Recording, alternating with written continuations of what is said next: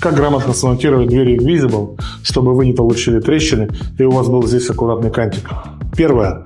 Если штукатурка у вас идеально ровная и в плоскость, мы монтируем дверь в моменте, когда заштукатурены стены. Выводим ее немножечко, всего на 2 мм, потому что слой шпаклевки у нас 2 мм.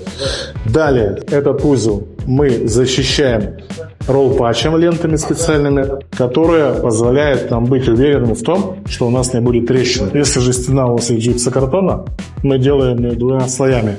Первый слой доходит до двери, а второй сверху на вот этот вот паз. И здесь также лента ролл-патч.